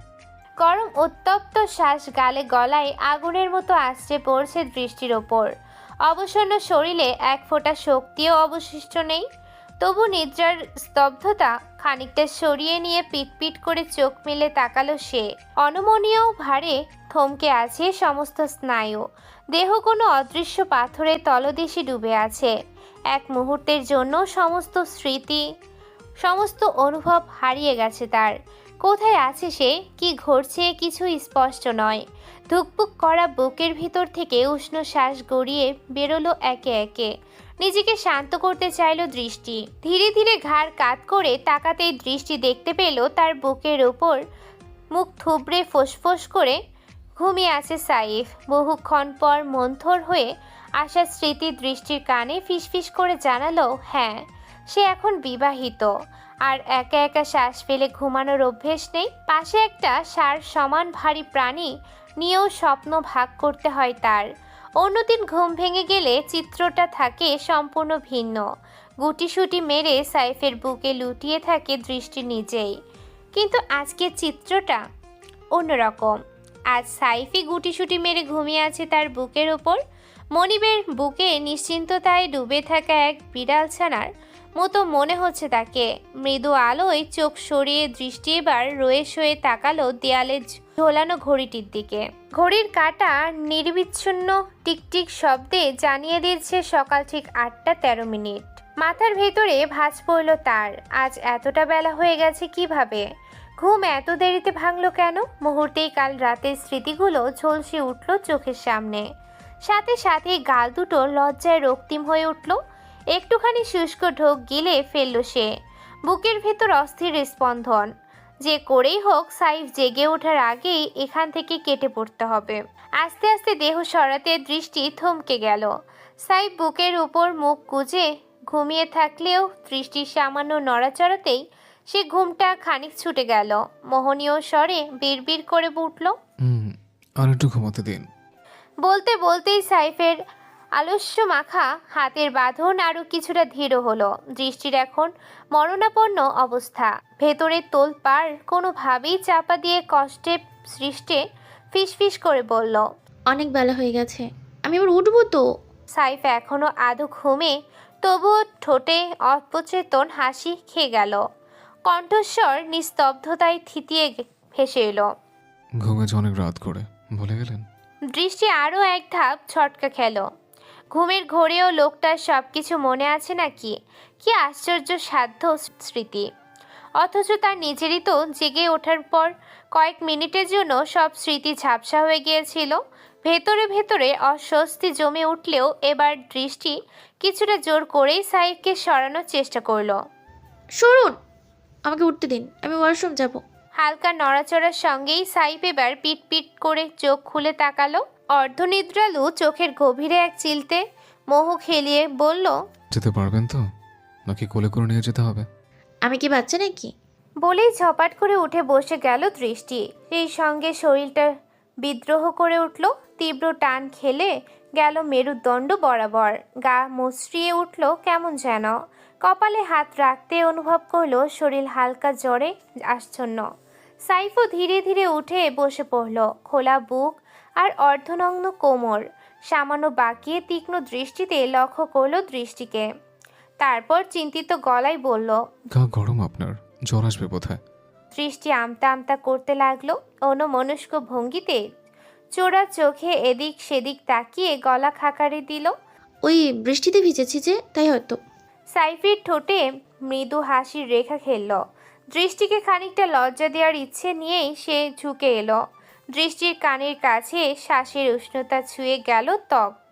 এটা আদর দেওয়ার জ্বর। মুহূর্তেই দৃষ্টির কান পুড়ে উঠল তপ্ত শিখায়। গাল দুটো লালিমায় ভিজে উঠল একেবারে। কাল রাতেও তো এতটা লজ্জা লাগেনি, অথচ আজ কেন জানি বুকের ভেতর কেমন তোলপাড় হচ্ছে। উফ, সাইফ একেবারে ইচ্ছে করেই তাকে জ্বালাচ্ছে। দুটি মাথা নিচু করে বসে রইল। গায়ে মোড়ানো ব্ল্যাঙ্কেটের কিনারায় আঙুলের ডগায় টান দিতে লাগলো বারবার। সাইফ এক ঝলকেই ধরতেই পারল দৃষ্টির ভেতরে স্নিগ্ধ অস্বস্তি। ধীরে আলতো করে গা হেলিয়ে শুয়ে পড়ল দৃষ্টির কোলের উপর মাথা রাখা। হঠাৎই চোখাচোখি হয়ে গেল দুজনের। দৃষ্টি তড়িঘড়ি করে আরও মাথা নুয়ে নিল। অবাধ্য কয়েকটি চুল এসে ঢেকে দিল তার চোখ মুখ। সাইফ অসীম মমতায় দু আঙ্গুলে সেই চুল সরিয়ে নিল, কানের পাশে গুজে নিল যত্নে। দৃষ্টির এক হাত তুলে হাতের উল্টো পিঠে আলতো চুমু খেল। এরপর সেটি গালের কাছে ধরে মৃদুস্বরে বলল, এমন একটা সকালের জন্য আমি গতকাল ধরে অপেক্ষা করছি, জানেন আপনি? বেশি না, মাত্র 5 বছর। ছোট্ট গম্ভীর উত্তর দিল দৃষ্টি। সাইফের ঠোঁটে হাসি রেখা ফুটে উঠল। মাথা খানিক দুলিয়ে ধীরে বলল, হুম, 8 বছর। দৃষ্টি ব্রু কুচকে তাকালো, চোখ কুচকে সরু করে ফেললো অবিশ্বাসে। কিন্তু আমাদের বিয়ে তো 5 বছর হলো। সাইফ আর কিছুই বলল না। কোনো শব্দের বদলে সে দু হাতে দৃষ্টির কোমর জড়িয়ে মুখ গুজে দিল তার পেটের কাছে। গভীর দীর্ঘ এক শ্বাস টেনে নিল বুক ভরে।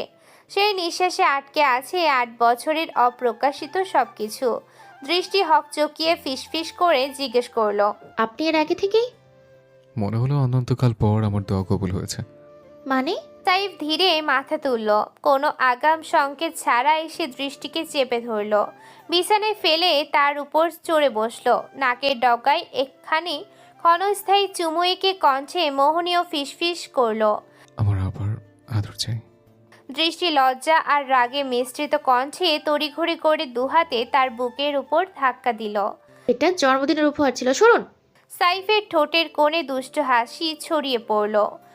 কিন্তু কালকে তো জন্মরাত ছিল, জন্মদিন তো এখন চলছে, তার মানে আজকে সারাদিন সুযোগ আছে আমার। বাক্য শেষ হতেই আচমকা ফট করে ঢুকে পড়ল ব্ল্যাঙ্কেটের নিচে। দৃষ্টি চমকে উঠে গলা ফাটিয়ে চিৎকার করে উঠল। আমি কিন্তু কেস করে দেবো বলে দিলাম। নাস্তার টেবিলে বসে আছে সাইফ আর ইমন। পাশেই দাঁড়িয়ে নাস্তা তুলে দিচ্ছেন রাহেলা বেগম সঙ্গে দৃষ্টি। ইদানিং বাড়িতে একটা নতুন নিয়ম চলছে, যত ব্যস্ততাই থাকুক না কেন অদ্ভুত সকালের খাবারটা সবাই একসাথে খায়। আজ বাহিরে অবিরাম বর্ষণ, ঝুমঝুম বৃষ্টির শব্দে আঙিনা ভিজে সোনালি কাদা, বাতাসে সোদা গন্ধ। বের হওয়ার কোনো উপায় নেই বললেই চলে। সাইফ আর ইমনের আজ ক্লাবে যাওয়ার কথা ছিল, কিন্তু প্রকৃতির ইচ্ছে অন্য কিছু, তাই সকালের পরিকল্পনা বদলে গেছে।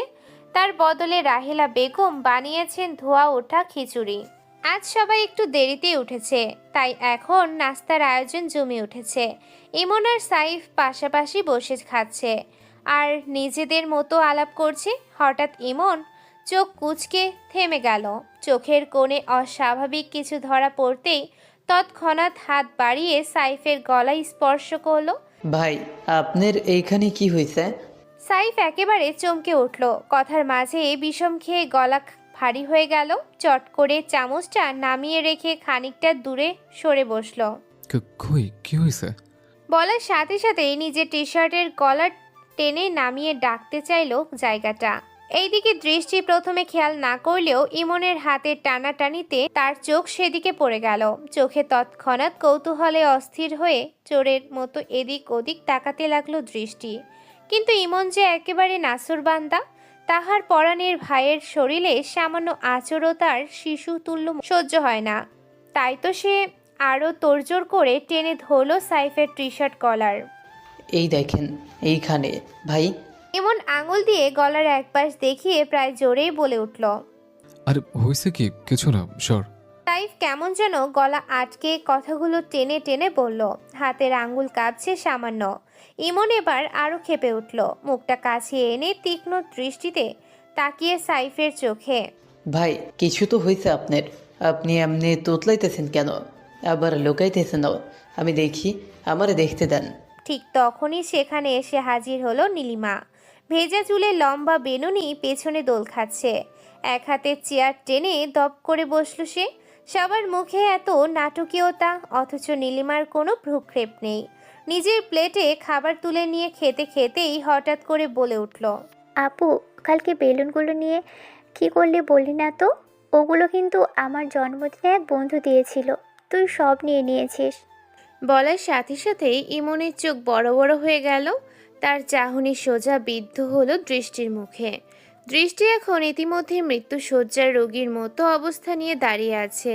মুখ গরম হয়ে বুক ধুকপুক করছে। মনে হচ্ছে এখনই কোনো জানালা ভেঙে পালিয়ে যাবে। কিন্তু কপালটাই খারাপ। নীলিমার চোখও হঠাৎ থমকে গেল। সে একবার সাইফের দিকে তাকালো, আবার দৃষ্টির দিকে। ইমনও ঠিক একই কাজ করলো। দুজনের এমন কৌতূহলী দুষ্টু দৃষ্টি একসাথে এসে পড়ল সাইফ আর দৃষ্টির ওপর। মুহূর্তের মধ্যে ঘরে হিমশীতল অস্বস্তি নেমে এলো। দৃষ্টি লালচে মুখে নিয়ে নিচের দিকে তাকিয়ে আছে। সাইফ অস্বাভাবিক গম্ভীর। পরিস্থিতির সামাল দিতে সাইফ শেষমেশ গলা খাকারি দিল। কণ্ঠে জোর আনার ব্যর্থ চেষ্টা করলো। কি এমন তাকাইছিস কেন তোরা? ভূত দেখছিস নাকি?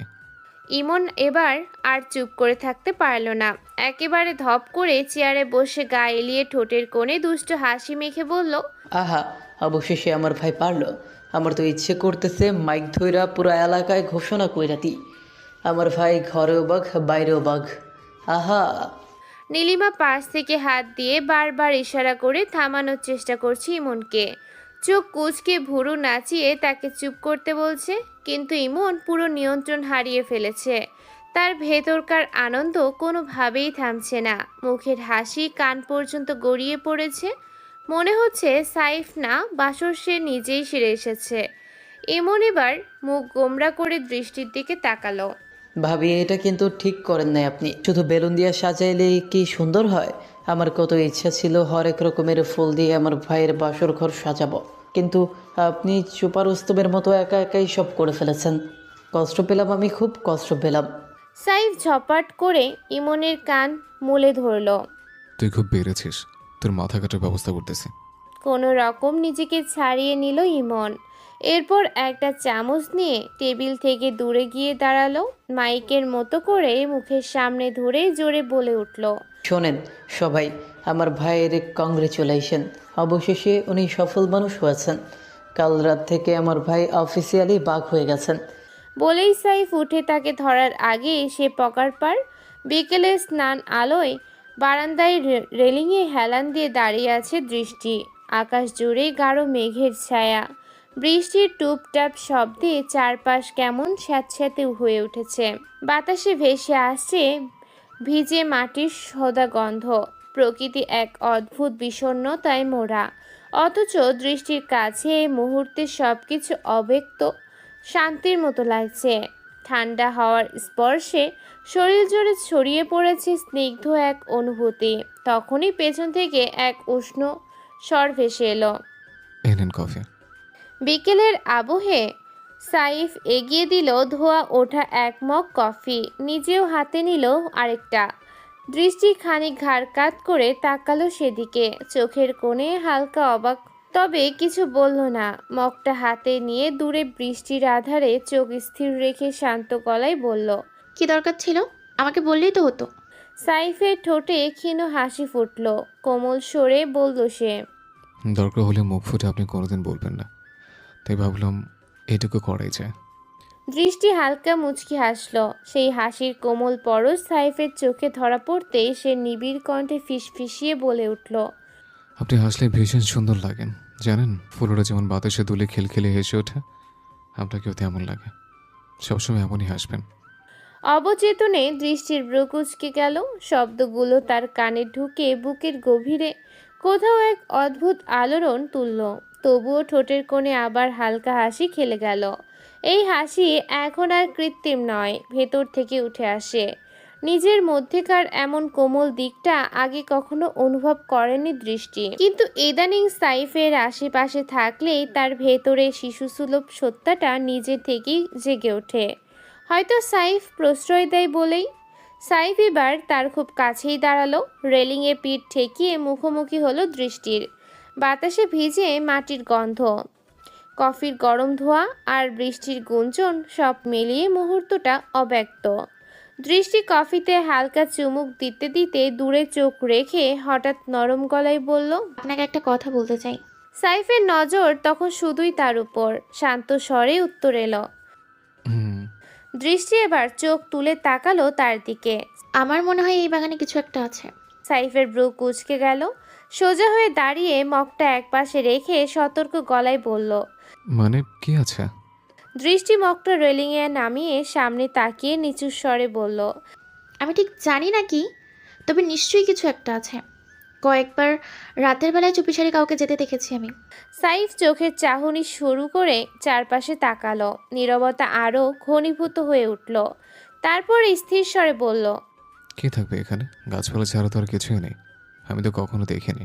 আপনি দেখেননি কারণ আপনি তো বারান্দায় আসতেন না। এই যে গাছগুলো দেখুন, কয়েকদিনেই প্রাণ ফিরেছে। আমি যখন এসেছিলাম তখন কুকড়ে ছিল।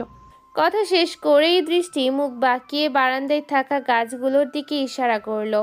সত্যিই সাইফ আগে খুব একটা বাড়িতে সময় দিত না। সারা দিন বাইরে থাকতো, ক্লাবে কাজ, দৃষ্টির ওপর পাহারার দায়িত্ব, নানা ব্যস্ততায় কাটতো তার সময়। কিন্তু দৃষ্টি ফিরে আসার পর থেকেই সাইফের দিন যাপন পাল্টে গেছে। সে এখন অনেকটাই ঘরমুখো। সাইফের ঠোঁটে এক চিলতে দুষ্ট হাসি ফুটল। ধীরে ধীরে দৃষ্টির দিকে ঝুঁকে কোমল স্বরে বলল, এই গাছগুলো আমার মনের মতো নিদিয়ে পড়েছিল, বুঝলেন? এখন আপনি এসেছেন, আমার মন আর গাছ দুটো একসাথে সতেজ হয়ে গেছে। দৃষ্টির চোখ কুঁচকে এক ঝটকায় কনুই দিয়ে সাইফের পেটে হালকা গুঁতো মারল। মুখ ফুলিয়ে বলল, বেশি বকবক করেন আপনি। সাইফ হেসে উঠে আবার গম্ভীর মুখ করে বলল, আচ্ছা, তাহলে চলুন দেখে আসি এখনই। কি আছে ওখানে? আপনি যদি বলেছেন তাহলে নিশ্চয়ই কিছু একটা আছে। আপনার চোখ ভুল দেখবেন না নিশ্চয়ই। কথা শেষ করেই সাইফ এগোতে উদ্যত হলো। দৃষ্টি দ্রুত হাত বাড়িয়ে তার কবজি চেপে থামিয়ে দিল। এখন না, রাতের বেলায় যাবো চুপি চুপি। যদি সত্যি কিছু থাকে এখন গেলে সমস্যা হবে, বুঝেছেন? সাইফ হালকা মাথা নুয়ে হেসে বলল। জি, আজ্ঞে মহারানী। ঈশিতা ভয়ে কাঁপতে কাঁপতে কম্বলটা শক্ত করে মুড়ে বসে আছে। বাইরে ঝমঝম বৃষ্টির শব্দ এতটাই তীব্র যে পৃথিবীর অন্য কোনো শব্দ কানে পৌঁছাচ্ছে না। রাত যত গাঢ় হচ্ছে ততই বৃষ্টির ধারা হু হু করে বাড়ছে। বিশাল বাড়িটার চারপাশ অদ্ভুত এক নিস্তব্ধতায় ডুবে আছে। মানুষজন নেই তেমন। তার মা আর উজানের মা দূরে এক আত্মীয়র বাড়িতে গেছেন শোকের সংবাদে। 4 দিন হলো উজানের বন্ধুরা ফিরে গেছে। এই পুরো বিশাল অট্টালিকায় এখন কেবল 3টি প্রাণ, মরিয়ম, উজান আর ঈশিতা। তবুও ঈশিতার কাছে মনে হচ্ছে এত বড় বাড়িটা হঠাৎ করে রূপ নিয়েছে এক ভুতুড়ে প্রাসাদে। দেয়ালের ছায়া, ছাদের খটখট শব্দ আর বৃষ্টির একটানা গর্জন মিলেমিশে এক ভয়াল আবহ তৈরি করেছে। নিচতলায় মরিয়ম নিশ্চিত গভীর ঘুমে তলিয়ে আছে। তার সেই বিখ্যাত নাক ডাকার আওয়াজ হয়তো দূর থেকেও শোনা যাচ্ছে। যদিও ঈশিতার কানে কিছুই বাজছে না, দুনিয়া উল্টে গেলেও মরিয়মকে এই মুহূর্তে জাগানো সম্ভব নয়। বাইরে মুষলধারে বৃষ্টি, ভেতরে কাঁথা মুড়ে উষ্ণতার আরাম। এমন অবস্থায় যে কেউ নিশ্চিন্তে ঘুমাতে পারে। ঈশিতারও তাই হবার কথা ছিল, যদি না বুকের গভীরে ভয়টা বরফের মতো জমাট বেঁধে থাকতো। অবশেষে সহ্য করতে না পেরে উঠে দাঁড়ালো ঈশিতা। উদ্দেশ্য নিচতলার মরিয়মের ঘর। কম্বলটা কাঁধ থেকে পেঁচিয়ে নিয়ে মোবাইলের ফ্ল্যাশ জ্বালালো সে। প্রতিটি পদক্ষেপ নিচ্ছে অতি সাবধানে, পা টিপে টিপে যাতে কারোর ঘুম ভেঙে না যায়। মনের ভিতর এক অদ্ভুত কল্পনা জাগলো তার। ভূতেরাও নিশ্চিত ঘুমাচ্ছে এখন। আওয়াজ করলেই যদি জেগে ওঠে। নিজের এই ভাবনাতেই অস্থির হাসি পেয়ে যায় তার। কিন্তু পরক্ষণে বুকের ধুকপুকানিতে গলা শুকিয়ে আছে। করিডোরে পা রাখতে গা ছমছম করে উঠল। দেয়ালের ফাঁক ফোকরে আলো ফেলে এগোতে লাগলো দোয়া দরুদ পড়তে পড়তে। উজানের ঘরের সামনে এসে হঠাৎ থেমে গেল। কিছু একটা তাকে আটকে দিল। ফ্ল্যাশ মেরে দেখলো দরজা আধ খোলা। উজান দরজা খোলা রেখেছে কেন? সাহস সঞ্চয় করে হাত বাড়িয়ে ধীরে ধীরে দরজা ঠেলে উকি দিল ঈশিতা। অবাক হয়ে দেখলো ঘর পুরোপুরি ফাঁকা। এত রাতে কোথায় গেল উজান? নিজেকে বোঝালো হয়তো ওয়াশরুমে গেছে। যাকগে, যেখানে থাকুক তার কিছু যায় আসে না। মরিয়মের ঘরে পৌঁছাতে পারলেই বাঁচে এখন সে। ভাবতে ভাবতেই দরজা টেনে বন্ধ করে আবার পা টিপে সামনে এগোলো। করিডোরের বাতাস হঠাৎ আরো ভারী হয়ে উঠেছে। দূরে কোথাও মেঝেতে পানির ফোঁটা পড়ার ক্ষুদ্র টুপটাপ শব্দ, বৃষ্টির গর্জন আর নিজের তীব্র নিঃশ্বাস ছাড়া আর কিছু শোনা যাচ্ছে না। কিন্তু মাত্র এক পা এগোতেই আচমকা কেউ পেছন থেকে ঝাঁপিয়ে পড়ল। বুকের ভেতর জমাট বাঁধা ভয়ের ঢেউ এক ধাক্কায় মাথার চূড়ায় উঠে গেল। পুরো শরীরের শিরদাঁড়া বেগ কাপড় নামলো স্রোতের মতো। আতঙ্কে হাত থেকে মোবাইলটা ফসকে পড়ে গেল মেঝেতে। সবটা নিস্তব্ধতার বুক চিরে প্রতিধ্বনিত হলো। এরপরই কর্কশ গর্জন ভরা এক কণ্ঠস্বর। শালা চোরের বাচ্চা চোর, আজকে তোর একদিন না আমার একদিন। বলে ঈশিতাকে আরো জোরে ঝাপটে ধরল উজান। হঠাৎ এমন আক্রমণাত্মক চাপে ঈশিতার বুকের ভেতরকার হৃদস্পন্দন ধ্বংসস্তূপের নিচে আটকে থাকা বিস্ফোরিত ঢোলের মতো বাজতে লাগলো। কোনো শব্দ বের হলো না তার কণ্ঠ থেকে। এত রাতের বেলা হঠাৎ পেছন থেকে উজান এসে এমনভাবে ধরে ফেলায় ভয়ে আত্মা শুকিয়ে আসার জোগাড়। উজান এক হাতে তাকে আঁকড়ে ধরে অন্য হাতে তার কাঁধ থেকে কম্বলটা টেনে নামিয়ে নিল। আলো আধারির ফ্ল্যাশে দেখা গেল ঈশিতার মুখটা ভেজা মাটির মতো। কাদো কাদো চেহারায় টলমল করছে। পিট পিট করে চোখ মেলে উজানের দিকে তাকাতেই উজানের ব্রু কুঁচকে চমকে উঠল। তুই? কোনো উত্তর দিল না ঈশিতা। শুধু পরের মুহূর্তেই ভ্যাঁ করে কান্নায় ভেঙে পড়ল। শিশু সুলভ কণ্ঠে বেদনা মাখা অস্থিরতায় তার ভেতরে সব ভয় ঝরে এলো জল হয়ে। চোখের পানি নাকের পানি মিশে একাকার হয়ে পড়েছে, গড়িয়ে পড়েছে গাল বেয়ে। মাঝরাতে নিস্তব্ধতায় এই হঠাৎ কান্নার শব্দে উজান আরো অস্থির হয়ে গেল। এই ইস্যুর বাচ্চা, ভ্যা ভ্যা বন্ধ কর। কিন্তু কান্নার ইঞ্জিন একবার ছেড়ে দিলে থামানো যায় না। কান্না চলছেই, থামার কোনো ইচ্ছেই নেই। উজান বিরক্ত হয়ে তার দুই হাত দিয়ে ঈশিতার মুখটা দেয়ালের সাথে চেপে ধরল। মুহূর্তেই থেমে গেল ঈশিতা। চোখ বড় বড় করে অবাক দৃষ্টিতে তাকিয়ে রইল উজানের দিকে। সে অদ্ভুত মুহূর্তে তার অষ্টাদশী অন্তরে অকারণ এক প্রবল সাড়া দিয়ে গেল। ফ্ল্যাশের স্নান আলোয় উজানের অবয়ব আধো আধো দৃশ্যমান। ঈশিতার চোখ আটকে গেল তার চেহারায়। উজানের চুল বেয়ে টুপটুপ করে পানি গড়িয়ে পড়ছে। বৃষ্টির শিশির কণার মতো ঝকমক করছে ত্বকে। সেই ভেজা চুলের পানি নেমে এসে নাকের ডগায় থেমে থেকে হঠাৎ এক ফোঁটা টুপ করে ছড়ে পড়ল ঈশিতার কপালে। ঠান্ডা পানির ছোঁয়ায় সজোরে কেঁপে উঠল ঈশিতা। অজন্তাই চোখ বুজে এলো তার। উজানও খেয়াল করলো কিন্তু কিছু বলল না। শুধু চোখের চাহনিটা কিছুটা অদ্ভুত হয়ে উঠল। শ্বাস নিতে না পেরে ঈশিতা হঠাৎ দম ফেলে নড়ে চড়ে উঠতেই হুঁশ ফিরে পেল উজান। দ্রুত হাত ছেড়ে দিল। মুক্ত হতেই ঈশিতা বুক ভরে এক দীর্ঘশ্বাস টেনে নিল। জমাট বাঁধা আতঙ্কটা একেবারে শরীর থেকে বের করে দিল। মোবাইলটা কুড়িয়ে হাতে তুলে আলো ফেলল উজানের দিকে। তখনই চোখে পড়ল উজানের সারা শরীর ভিজে একেবারে ছপ ছপ করছে। ভেজা টি শার্ট লেপ্টে আছে গায়ে। পেশিবহুল বাহুগুলো স্পষ্ট ফুটে উঠেছে। ভিজে চুল থেকে টুপটুপ করে পানি গড়িয়ে পড়ছে মুখের ভেতর থেকে। উৎকণ্ঠায় হঠাৎ লাফিয়ে উঠল ঈশিতা।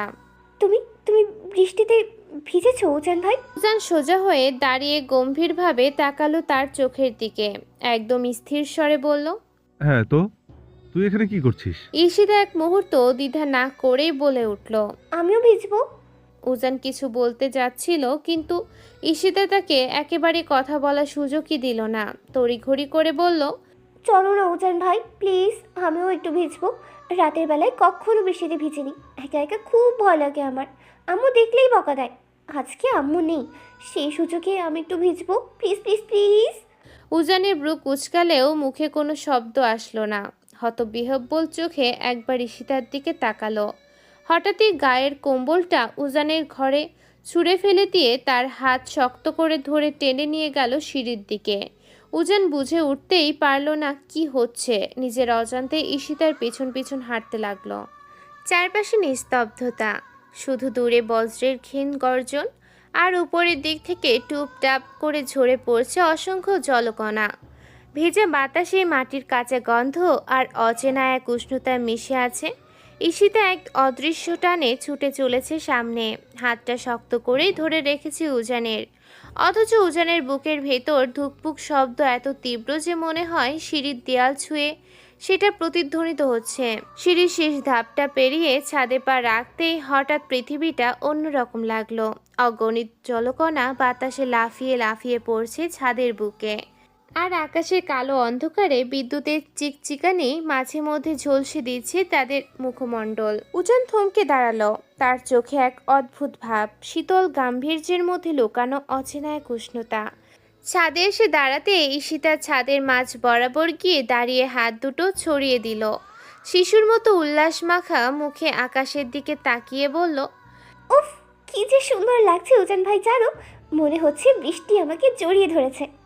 তার কণ্ঠে কম্পন, অজান্তেই সেখানে লুকিয়ে আছে নির্মল আনন্দ। ভেজা চুল গালে বিয়ে লেপ্টে আছে, ঠোঁটের কোণে অল্প কাঁপন।